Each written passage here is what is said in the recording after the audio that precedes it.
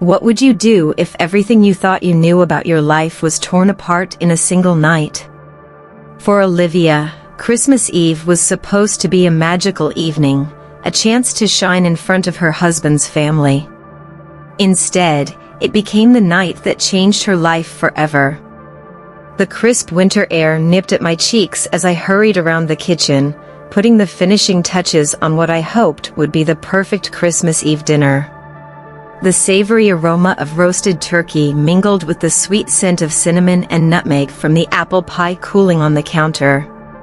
Outside, snow fell gently, blanketing our suburban neighborhood in a soft white embrace. I was Olivia Mitchell, and this was supposed to be my moment to shine. After 3 years of marriage to Nathan, I was finally hosting Christmas Eve dinner for his family. I'd spent weeks planning every detail, from the carefully curated menu to the elegant table settings, hoping to impress my mother-in-law, Eleanor. Eleanor had never been particularly warm toward me, but this was my chance to win her over. Stirring the gravy one last time, I caught my reflection in the kitchen window. My red dress hugged my curves in all the right places. It was the same dress Nathan had once said made me look like the love of his life. A small smile tugged at my lips at the memory, though a knot of anxiety sat heavy in my chest. Tonight, I wanted everything to be perfect, to show Eleanor that I was worthy of her son and her family. The sound of car doors slamming outside jolted me from my thoughts. They were here. Taking a deep breath, I smoothed down my dress and fixed my brightest smile. "Nathan," I called out. "They're here." My husband appeared from the living room, looking effortlessly handsome in a navy blue suit. He gave me a quick kiss on the cheek. "You've got this," he whispered, and for a moment, I believed him. The next few minutes were a whirlwind of greetings, hugs, and the rustling of coats being removed. Eleanor swept in like a queen, her silver hair perfectly styled and her mink coat draped dramatically over her arm. Behind her trailed Nathan's sister Sarah with her husband, Tom, and their 2 children. Uncle George and Aunt Martha brought up the rear, their arms laden with brightly wrapped gifts. "Merry Christmas, everyone," I chirped, my voice a little too high-pitched even to my own ears. "Please, come in and make yourselves comfortable. Dinner will be ready in just a few minutes." Eleanor's eyes swept over me and then around the room, taking in the twinkling lights, garlands draped over the mantel, and the towering Christmas tree in the corner. For a moment, I thought I saw a flicker of approval in her gaze, but it quickly faded, replaced by her usual look of cool indifference. "Well, isn't this quaint?" she remarked, her tone making it clear that quaint wasn't a compliment. "I suppose you've done your best with what you have to work with." I felt my smile falter but quickly recovered. "Thank you, Eleanor. I hope you'll find everything to your liking. Can I get you a drink?" As I bustled around serving drinks and ushering everyone into the living room, I couldn't shake the feeling that something was off. There was an undercurrent of tension in the air, a sense of anticipation that made the hairs on the back of my neck stand up. Even Nathan seemed on edge, his laughter a little too loud, his smile not quite reaching his eyes. Finally, dinner was served. I carried the golden brown turkey to the table with trembling hands, silently praying I wouldn't drop it. As everyone took their seats, I couldn't help but feel a swell of pride. The table looked beautiful with its crisp white linen tablecloth, the fine china I'd inherited from my grandmother, and the centerpiece of pine cones and holly berries I'd arranged myself. Before we began, Eleanor rose to her feet, champagne flute in hand. "I'd like to make a toast," she announced. My heart leapt. Was this it? Was she finally going to welcome me into the family? Eleanor's eyes glittered as she looked around the table. "Here she is, everyone. "The new wife to my son," she began, her voice sweet but sharp. The next words out of her mouth would shatter my world. Eleanor's words hung in the air like a knife waiting to drop. "Let's all celebrate, because she's so much better than the women Nathan used to bring home," she said, her voice dripping with sarcasm. The room fell silent. I froze, certain I must have misheard her. But as I looked around the table, I saw nothing but shocked faces and averted gazes. My heart pounded as the weight of her words settled over me. I don't understand," I stammered, looking at Nathan for reassurance. But my husband's face was a mask of cold indifference. "Thank you, Mom," Nathan said, his voice thick with contempt. "You're absolutely right." A chill ran through me. His words didn't just sting, they cut deep. This wasn't a misunderstanding. This was deliberate. Eleanor wasn't finished. She raised her glass, her tone as sharp as the edge of a blade. "Here's to Olivia, who tried her best to fit into our family, even if she never really could." The silence was deafening. I felt the blood drain from my face as I gripped the edge of the table, my knuckles white. My mind raced, trying to make sense of what was happening. "I think it's time for you to leave," Eleanor added, her voice cool and dismissive. "This house is no place for someone like you anymore." My throat tightened, and my vision blurred as I looked around the table, hoping, praying, that someone would come to my defense. But no one did. Nathan's sister, Sarah, stared intently at her plate. Tom busied himself with his napkin. Even Uncle George, who had always been kind to me, avoided my gaze. They all knew. Every single one of them. This wasn't an outburst. It was planned, a calculated attempt to humiliate me and drive me out. Without a word, I rose from my seat, my legs trembling beneath me. The room swam around me as I walked away from the table, through the living room, and out the front door. The cold night air hit me like a slap, but I barely felt it. Snowflakes clung to my hair and lashes as I stumbled down the driveway, my red dress feeling like a cruel joke. This was supposed to be my moment to shine, but instead, it had turned into a nightmare. At the end of the driveway, I paused and turned back to look at the house. Through the window, I could see them all, Eleanor, Nathan, and the rest of the family, laughing and chatting as if nothing had happened. As if I had never been there. The Christmas lights that had seemed so warm and inviting just hours ago now felt cold and mocking. A wave of anger washed over me, cutting through the shock and hurt. How dare they? How dare Nathan throw away our marriage like it meant nothing? How dare Eleanor treat me like I was less than human? I straightened my back, lifting my chin. They wanted to see me broken, to send me away humiliated and defeated. But I wouldn't give them that satisfaction. As I turned away from the house, a spark ignited inside me.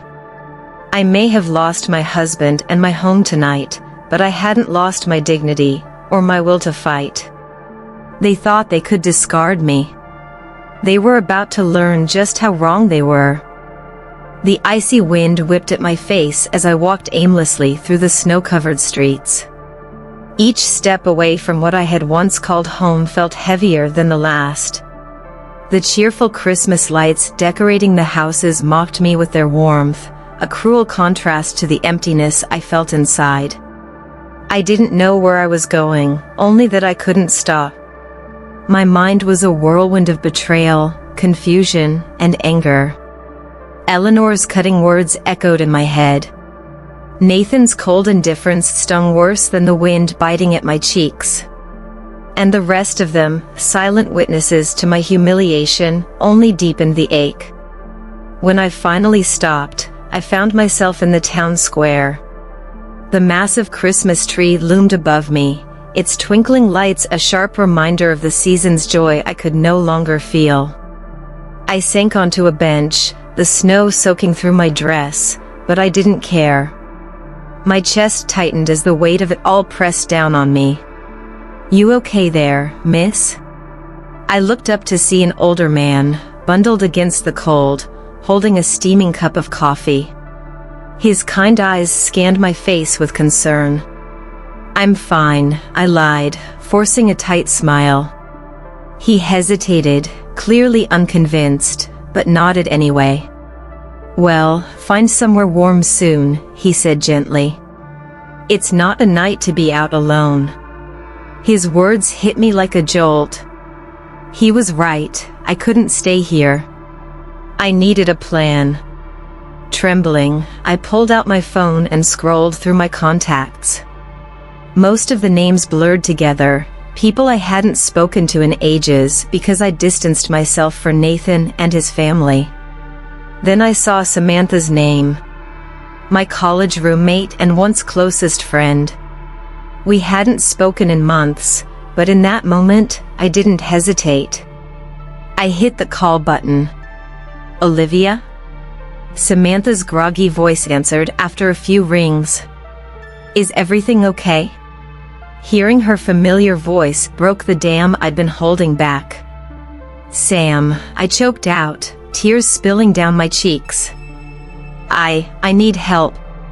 20 minutes later, I was sitting in Samantha's car, wrapped in a blanket with a thermos of hot tea warming my hands. As she drove to her apartment, I told her everything. Every cruel word, every calculated betrayal. She listened silently, her face a mix of shock and fury. When I finished, she shook her head, gripping the steering wheel so tightly her knuckles turned white. "Those bastards," she muttered, her voice trembling with anger. "Liv, I'm so sorry. You didn't deserve any of that." "I just don't understand," I whispered, staring out the window. "How could Nathan do this to me? After everything we've been through?" "Because he's an idiot," Samantha snapped. "And his family is toxic. But listen to me, Liv." She turned to me as we stopped at a red light, her gaze fierce. "This is not your fault. None of this is on you." Her words were like a lifeline, pulling me back from the brink. When we got to her apartment, Samantha set me up on her pull-out couch and handed me a mug of hot chocolate. "You can stay here as long as you need," she said firmly. "We'll figure this out together." Gratitude welled up in me as I sipped the warm drink, but as the shock of the evening began to fade, something else took its place. Anger. "They can't get away with this," I said, my voice low and steady. Samantha raised an eyebrow. "What are you thinking?" "I'm done being their doormat," I said, the resolve in my voice growing stronger. "They wanted me gone? Fine. But I'm not going quietly. It's time I stood up for myself." Samantha's face lit with approval. "Now that's the Olivia I remember. What's the plan?" As the night wore on, we talked strategy. Samantha reminded me of something important, something I had forgotten in my years with Nathan. The house they'd tried to kick me out of? It was mine. My grandmother had left it to me, not Nathan. I had been paying the mortgage since we moved in. "You need to talk to a lawyer," Samantha said, determination in her voice. I nodded, a plan already forming in my mind. "I know just the person to call." The next morning, I contacted Marco Ramirez, a lawyer friend I'd helped years ago. He'd always said he owed me one, and now it was time to call in that favor. "Olivia," Marco greeted warmly. "It's been a while. What can I do for you?" "I need your help," I said, my voice steady but firm. "It's urgent. Can we meet this morning?" Marco didn't hesitate. "Of course. Come to my office at 9. We'll sort this out." As I prepared to leave, borrowing some of Samantha's clothes, I caught my reflection in the mirror. Gone was the meek, people-pleasing Olivia of the past. In her place stood a woman with fire in her eyes and steel in her spine. Nathan and Eleanor had no idea what was coming. The morning air was crisp and biting as I stepped out of the car in front of Marco's sleek downtown office building. The weight of the folder in my hands, packed with legal documents, gave me a sense of purpose. This wasn't just about reclaiming my home, it was about reclaiming myself. Marco greeted me warmly, ushering me into his glass-walled office. "Let's get started," he said, his tone professional but reassuring. For the next 2 hours, we worked through every detail: my ownership of the house, the financial records Nathan had tried to manipulate, and even the evidence of his betrayal. Marco's confidence was infectious. By the time I left his office, I had a solid legal plan in place. "Remember, Olivia," Marco said as I stood to leave, "this is your house and your life. They have no power over you anymore." I nodded, feeling lighter than I had in days. "Thank you, Marco. I won't let them win." The following morning, I arrived at my house, at 9 a.m. sharp, just as I had told Nathan. The driveway was quiet, save for a car I didn't recognize parked beside Nathan's. I gripped the folder tighter, steeling myself for what was to come. Inside, the house was eerily silent. As I stepped into the kitchen, I found them, Nathan, Eleanor, and a young woman I didn't recognize. Her doe-like eyes darted nervously between me and Nathan as if she just realized she was caught in something much bigger than she'd anticipated. Eleanor's face twisted into a scowl the moment she saw me. "What are you doing here, Olivia? I thought we made it clear you weren't welcome." I stepped further into the room, my voice calm but unwavering. "Good morning, Eleanor." "Nathan. I'm here because we need to have a conversation." Nathan's face tightened. "Olivia, this isn't a good time." Actually, I interrupted, setting the folder down on the table. "This is the perfect time." "Go ahead, Nathan. Open it." Nathan hesitated, then flipped through the papers. His face paled as he read. Eleanor, impatient, snatched the folder from his hands. Her eyes scanned the documents, and I saw the moment realization hit. "This," she began, her voice faltering. "This can't be right. This house belongs to Nathan. I made sure of it." I smiled faintly, shaking my head. "Actually, Eleanor, it belongs to me. My grandmother left it to me years ago. I've been paying the mortgage ever since. Every document you need to confirm that is in that folder." Nathan finally spoke, his voice shaky. "Olivia, you can't be serious. It's Christmas. You wouldn't kick us out." I met his gaze steadily. "Christmas didn't stop you from trying to humiliate me, Nathan. And it certainly didn't stop you from throwing me out of my own home. You have 48 hours to pack and leave." Eleanor slammed the folder shut, her face twisted with fury. "You manipulative little witch. This was your plan all along, wasn't it? To trap my son and then steal everything from him." I took a deep breath, keeping my composure. "No, Eleanor. My only plan was to build a life with Nathan.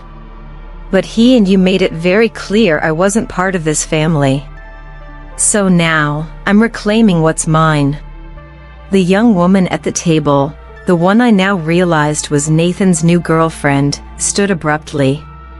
"I think I should go," she muttered, her voice trembling. "I'm so sorry." I didn't know. She bolted from the kitchen, leaving the three of us in tense silence. Nathan opened his mouth to speak, but I held up a hand. Save it, Nathan. I don't want your apologies. You made your choices, and now you'll face the consequences. I turned to leave but stopped in the doorway. One more thing, I said, looking back at them. I want you to remember this moment. Remember how it feels to be cast aside. Because that's exactly what you did to me. With that, I walked out, my head held high. As I stepped into the cold morning air, I took a deep breath, savoring the fresh start that awaited me. The house behind me no longer felt like a prison. It was my sanctuary again, a place where I could rebuild. Nathan and Eleanor had underestimated me. They had thought I would break, but I had found my strength instead. I wasn't just reclaiming my home, I was reclaiming my life. And this time, no one would take it from me. The next 48 hours were a whirlwind. I stayed with Samantha, fielding calls from Marco, the board at Nathan's company, and a few mutual acquaintances who had clearly caught wind of the drama. Samantha's support never wavered, whether it was offering legal advice she'd Googled at 2 a.m. or simply pouring me a much-needed glass of wine. When the deadline for Nathan and Eleanor's departure arrived, I drove back to my house with Samantha close behind in her car. To my surprise, a moving truck was already in the driveway. They were leaving. As I stepped out of my car, I spotted Nathan standing on the front porch, watching the movers load the last of their belongings. He looked tired, almost defeated. When he saw me, he hesitated, then walked toward me. Olivia, he began, his voice low. I don't know what to say. I met his gaze, calm and steady. You don't need to say anything, Nathan. Just finish packing and leave. He nodded, glancing away. I'm sorry. I never meant for things to go this far. I let out a short, bitter laugh. Nathan, what did you think would happen when you humiliated me in front of your family and tried to throw me out of my own home? Actions have consequences. You made your choices, and now you're living with them.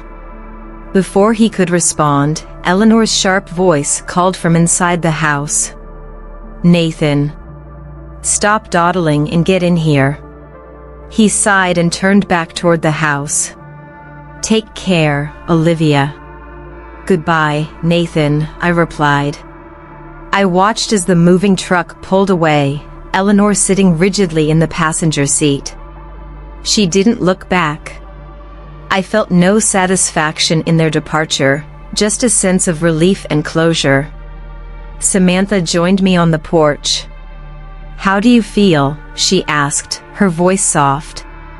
I took a deep breath, savoring the fresh air and the quiet that had returned to my home. Free, I said, smiling. I feel free.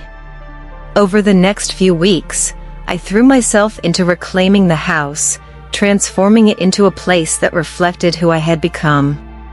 Vibrant artwork replaced the cold, impersonal decor Eleanor had insisted on. The walls were painted in colors that brought me joy, warm yellows, serene blues, and soft greens. One sunny morning, as I sat in the kitchen sipping coffee, my phone buzzed with a text from Marco. Congratulations, Olivia. The board approved your consulting role. They're excited to work with you. Let's discuss next steps soon. I stared at the message, a smile spreading across my face. This was it, a chance to build something of my own, to prove that I was capable of more than anyone had given me credit for. That evening, I invited Samantha over for dinner. As we shared a bottle of wine and laughed about old times, I felt a deep sense of gratitude. You know, Samantha said, raising her glass, you've come a long way, Liv. I'm proud of you. I clinked my glass against hers. Thanks, Sam. I couldn't have done it without you. As I lay in bed that night, staring at the ceiling, I felt a quiet contentment settle over me.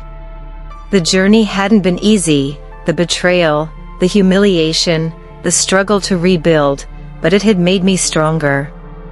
I had reclaimed my home, my career, and most importantly, my sense of self. The future was uncertain, but for the first time in a long time, I was excited about what lay ahead. This was my life, my story, and I was ready to write the next chapter. And as I drifted off to sleep, I knew one thing for certain: Eleanor and Nathan had tried to break me, but in the end, they had only made me stronger.